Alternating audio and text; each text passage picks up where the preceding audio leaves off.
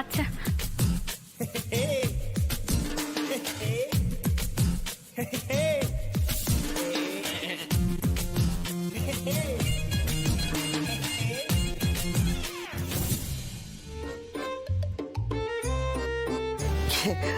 ও দিদি ভাই বলছি কি ভাই উপহার দেবে দেবে আমার দাদু ভাই না এত বড় মনের মানুষ।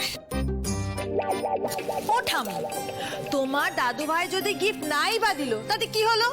আরে বাবা, এই দিদি ভাইরা তো আছে, আমরা চাঁদা তুলে ওকে গিফট দেবো।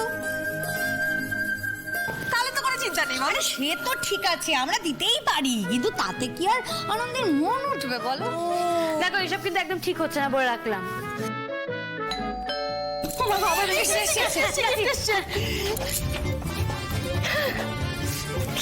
ম্যাডাম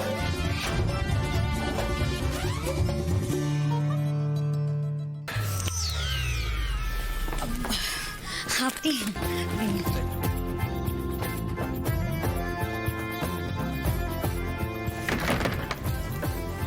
ব্যাস অনেক হয়ে গেছে, আমি আর পারবো না। তোমরা কিন্তু কেউ আমাকে আর বলবে না যে এবার যাও গিয়ে দরজা খোলো। আরে বাবা, উনি কি নাকি বলেছেন, আমিও সেটাকে সিরিয়াসলি নিয়ে নিয়েছি। উনি কোনো গিফট টিফট কিছু পাঠাবেন না উনি।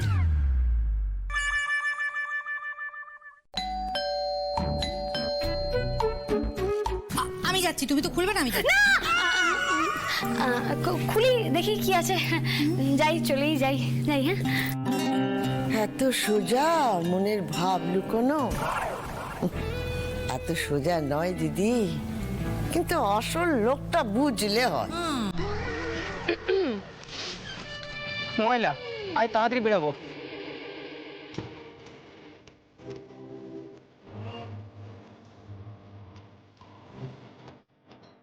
ও আনন্দি, শোন না, আমার ছেলে যখন বলেছে একটা উপহার পাঠাবে তখন ঠিকই পাঠাবে, তুই মন ছোট করিস না মা। হ্যাঁ,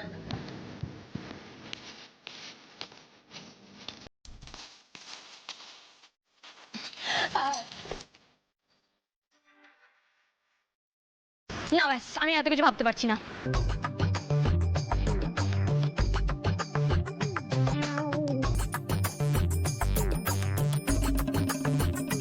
বাবা সত্যি, আচ্ছা দাদা ভাই গিফট দেবে ঠিক আছে, অত ঢাক ঢোল পিটে আগে থেকে বলার কি দরকার ছিল? একেবারে নিয়ে এসে দিলেই পারতো।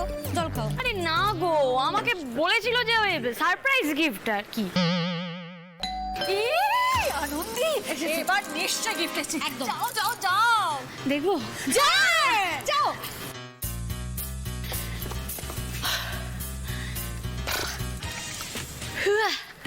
শাড়ি নিয়েছি, গাছে দেবো।